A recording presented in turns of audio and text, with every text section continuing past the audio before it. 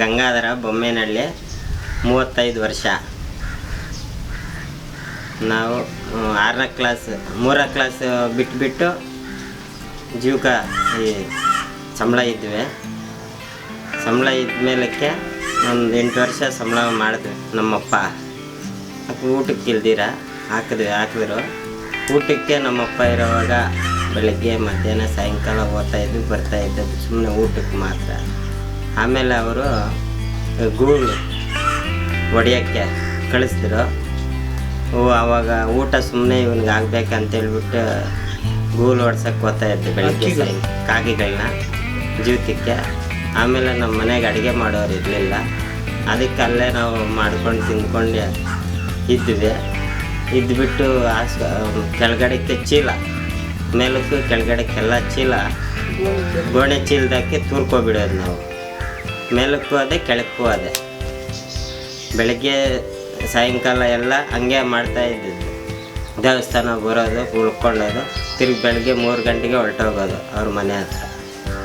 ಹೋಗ್ಬಿಟ್ಟು ಬಂದು ಆವಾಗ ಜೀವಕ ಅವರು ಬಂದಿದ್ದಕ್ಕೆ ಸರ್ವೆ ಮಾಡಿದ್ರು. ಎಲ್ಲನೂ ಎಲ್ಲೆಲ್ಲೇ ಸಂಬಳ ಇದ್ದಾರೆ, ಏನೇನು ಮಾಡ್ತಾವ್ರೆ ಹೋಗ್ಬಿಟ್ಟು ನೋಡೋಣ ಅಂತೇಳ್ಬಿಟ್ಟು 1 ತಿಂಗಳು 2 ತಿಂಗಳು ಅವ್ರು ಓಡಾಡಿದ್ರು ಊರುಗಳಿಂದೇನು. ನಮ್ಮ ಇದಕ್ಕೆ ಒಂದು 5-6 ಸಲ ಬಂದಿದ್ರು ಯಾರ ಮನೆಗಿರೋದು ಅಂತೇಳ್ಬಿಟ್ಟು ಎನ್ಕ್ವೈರಿ ಮಾಡಿ. ಆಮೇಲೆ ಅವ್ರು ಎನ್ಕ್ವೈರಿ ಮಾಡಿಬಿಟ್ಟು ಅವ್ರು ಹೋದ ಮೇಲಕ್ಕೆ ತಿರ್ಗಾ ಅಧಿಕಾರಿಗಳು ಬಂದರು. ಇದಾರ ಇಲ್ಲ ಇವ್ರು ಅಂತೇಳ್ಬಿಟ್ಟು ಅವ್ರನ್ನ ಕೇಳಕ್ಕೆ ಹೋದ್ರು. ನಮ್ಗೆ ಗೊತ್ತಿಲ್ದಿರ ಹೋಗ್ಬಿಟ್ಟು ಅವ್ರು ಕೇಳಿದ್ರೆ ಅವ್ರಿಗೇನಾಗುತ್ತೋ ಅಂತೇಳ್ಬಿಟ್ಟು ಅವ್ರು ಒಬ್ಬೊಬ್ರು ಇಲ್ಲ ಅಂತೇಳ್ಬಿಟ್ರು. ತಿರ್ಗಾ ಅಧಿಕಾರಿಗಳು ಇನ್ನೊಂದ್ಸಲಿ ಬಂದುಬಿಟ್ಟು ನಮ್ಮ ದೇವಸ್ಥಾನಲ್ಲಿ ಕೂತ್ಕೊಂಡು ಅವ್ರನ್ನ ಕರೆಸಿದ್ರು.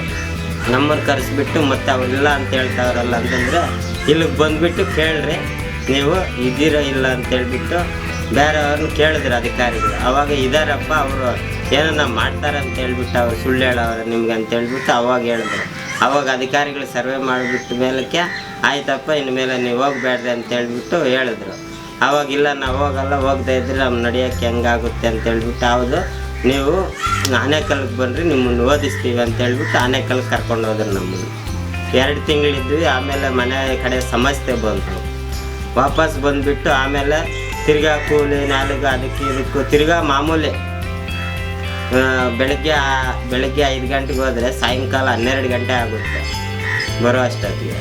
ಅವಾಗ ಬರೋದು ಮಲ್ಕೊಂಡು ತಿರ್ಗಿ ಬೆಳಗ್ಗೆನೇ ಹೊರಟೋಗೋದು ತಿರ್ಗಿ ಕೆಲಸಕ್ಕೆ ಹೋಗ್ಬಿಟ್ಟು ಹಂಗೆ ಜೀವನ ಮಾಡಿಕೊಂಡು ಆಮೇಲೆ 2 ತಿಂಗ್ಳಿಗೆ 3 ತಿಂಗ್ಳಿಗೆ ಪರಿಹಾರ ಬಂತು ನಮಗೆ 20,000 ಪರಿಹಾರ ಬಂದುಬಿಟ್ಟ ಮೇಲಕ್ಕೆ ತಿರುಗಿ ನಾವು ಅಂಗಡಿ ಹಾಕ್ಕೊಂಡು ಚಿಲ್ಲರೆ ಅಂಗಡಿ ಹಾಕ್ಕೊಂಡು ಜಾಸ್ತಿ ಸಮಸ್ಯೆ ಬಿದ್ದುಕೊಂಡು ಏನೋ ಹಂಗೆ ಮ್ಯಾನೇಜ್ಮೆಂಟ್ ಮಾಡಿಕೊಂಡು ಮನೆ ಒಂದು ಕಟ್ಕೊಂಡು ಒಬ್ಬರು ಅಂಗನವಾಡಿ ಇನ್ನೊಬ್ಬರು 3ನೇ ಕ್ಲಾಸು ಗೌರ್ಮೆಂಟ್ ಸ್ಕೂಲ್ಗೆ ಕಳಿಸ್ತಾ ಇದ್ದೀವಿ ಅವರು ಇಬ್ಬರು.